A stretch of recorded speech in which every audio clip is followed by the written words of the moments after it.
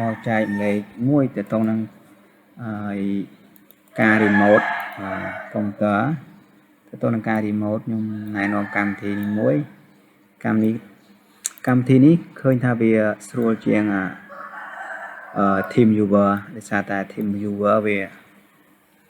load ផ្ទាំងពាណិជ្ជកម្មចេញមកច្រើនអញ្ចឹងណាអញ្ចឹងធ្វើឲ្យ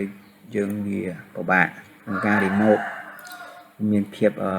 សាមញ្ញជាមួយនឹងផ្ទាំងពាណិជ្ជកម្មហើយកម្មវិធីនេះស្រួលទេតទៅនឹងការ download យើងចូលទៅក្នុងទៅនឹងការ download ដោយសារតែនេះខ្ញុំ download ហើយយើងចូលទៅក្នុង Chrome ឬក៏ Firefox តោះមកនឹងដាក់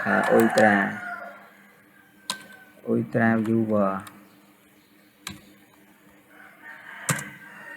យើងដាក់ Ultra Viewer មកវាមាន free download ចឹងណាអញ្ចឹងយើងអាចចុច download បានយើងអាចចុច download លើនឹងបានវាដាក់ឲ្យយើងdownload បានផងនេះដោយសារតែកុំព្យូទ័រខ្ញុំបាន download ហើយអញ្ចឹងខ្ញុំបង្ហាញអំពីការ remote តែម្ដងមុននឹង remote ទៅកុំព្យូទ័របានយើងបើកកម្មវិធីនេះដំបូងយើងបើកកម្មវិធីហ្នឹងហើយមួយទៀតយើងតាក់ទងនឹងកុំព្យូទ័រមួយផ្សេងទៀតនោះឲ្យគាត់បើកកម្មវិធីហ្នឹងមកដែរអញ្ចឹងណាគាត់បើកកម្មវិធីហ្នឹងបន្ទាប់មកយើងសុំusername your ID និង password ដែលកុំព្យូទ័រមួយផ្សេងទៀតនោះបន្ទាប់មកយើងវាយមកកន្លែងនេះអញ្ចឹងខ្ញុំបង្ហាញឧទាហរណ៍ជាក់ស្ដែងឲ្យបងប្អូនមើលអញ្ចឹងខ្ញុំមានមួយតាក់ទងនឹងនេះ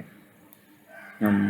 តេស្តជាមួយនឹងម៉ាស៊ីនមួយទៀតអញ្ចឹងណាអញ្ចឹងម៉ាស៊ីនហ្នឹងគាត់បាន send Ultra Viewer មកឲ្យខ្ញុំដើម្បីឲ្យខ្ញុំ remote ទៅណា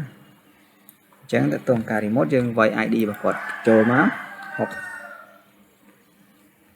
ដោយសារតែកុំព្យូទ័រខ្ញុំធ្លាប់ remote អញ្ចឹងវា load user ហ្នឹងមកម្ដង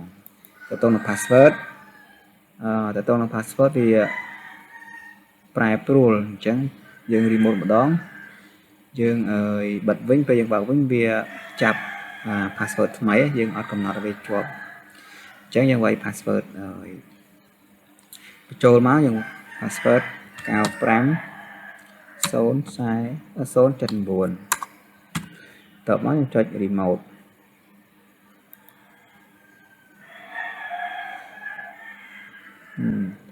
អញ្ចឹ